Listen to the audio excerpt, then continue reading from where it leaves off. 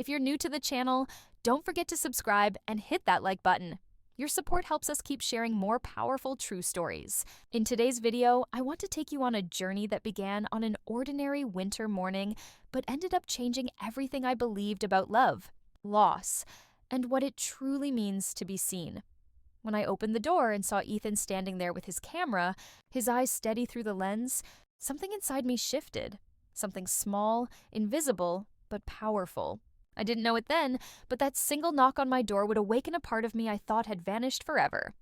My name is Claire Miller.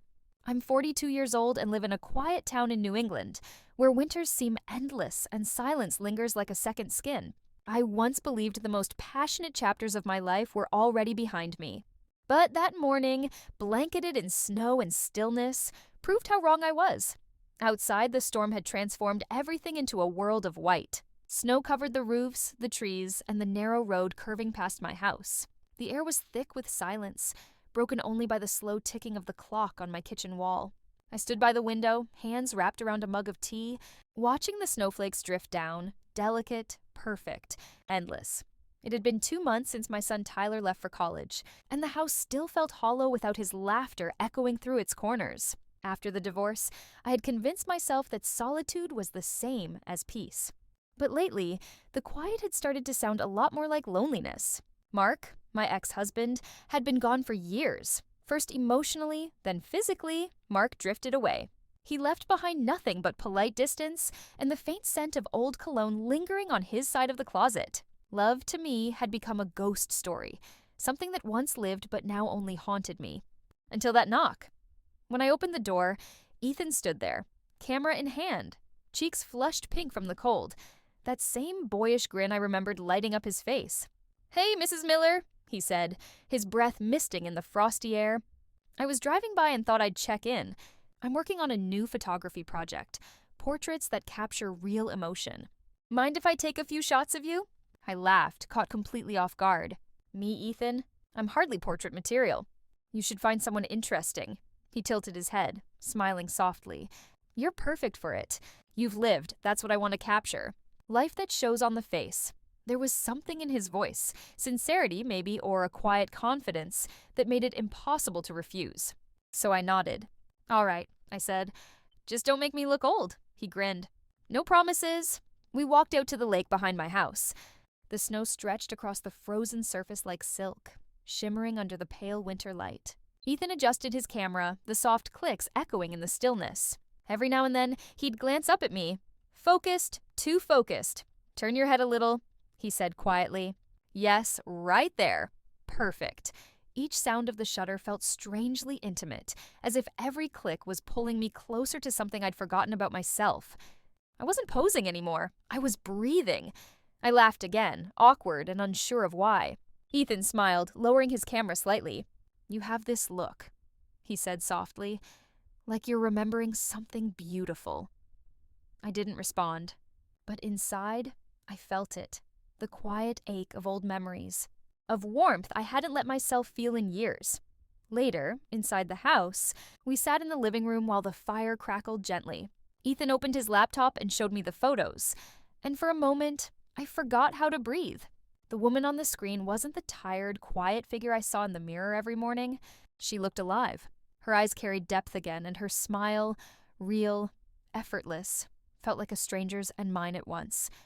"Do you see that?" he asked, pointing to one picture. "That's you when you stop hiding." His words hit something deep inside me. For years, I had hidden behind roles. The mother, the ex-wife, the dependable friend. I'd forgotten who Claire was without them. And now, this young man, my son's best friend, was showing me the woman beneath all the layers I'd built. I tried to steer the conversation away. "You've really grown, Ethan. These photos are beautiful." "I'm proud of you," he smiled gently. "You were always kind to me, Mrs. Miller. When my mom died, you probably don't remember, but you were the only one who came by. You brought soup, remember? You sat with me for hours." That meant something. My throat tightened. Of course I remembered. He had been 17 then. Quiet, grieving, lost. I'd held his hand, told him he wasn't alone, and now here he was. A man, confident, kind, and suddenly the air between us felt different. The firelight flickered, shadows dancing across his face. He didn't look away when our eyes met. And neither did I, he said softly. Then, after a pause, "Can I ask you something?" "Of course," I replied. "Do you ever feel like your life hasn't really started yet?" The question caught me off guard. I hesitated, then whispered, "Every day." He nodded slowly, his voice calm and certain. "Then maybe it's time you let someone remind you how to live." Something about the way he said it, soft, honest, steady, made the world tilt for a second. I stood quickly, pretending to straighten the cushions, trying to calm the rhythm of my heart. But when I turned, he was closer than before. For a long, quiet moment, neither of us moved. The only sounds were the fire crackling and the faint tapping of snow against the window. "Ethan," I said softly, "this isn't right." "I know," he whispered, "but it feels honest." My heart raced. I took a small step back, searching for air. "You should go," I said finally. He nodded, eyes soft, filled with regret. "I'm sorry. I didn't mean to make you uncomfortable." Before leaving, he paused at the doorway and looked back. "Keep the photos, Mrs. Miller. They show the woman I see, not the one you think you've become." The door closed behind him, and the silence he left was louder than anything I'd ever heard. Hours later, I noticed something on the table, a silver necklace. Simple, unremarkable, but his. I picked it up, the pendant cool against my fingers, and felt something stir inside me again. Something like longing, something like life. That night, I dreamed of snow melting under sunlight, of warmth seeping through the cold, of boundaries blurring and hearts remembering how to beat. The next morning, another knock echoed through the quiet. When I opened the door, Ethan stood there again. No camera this time, his expression uncertain. "I forgot my necklace," he said softly. I could have handed it to him through the crack in the door, but I didn't. "Come in," I said instead. He stepped inside, his boots dripping snow onto the mat.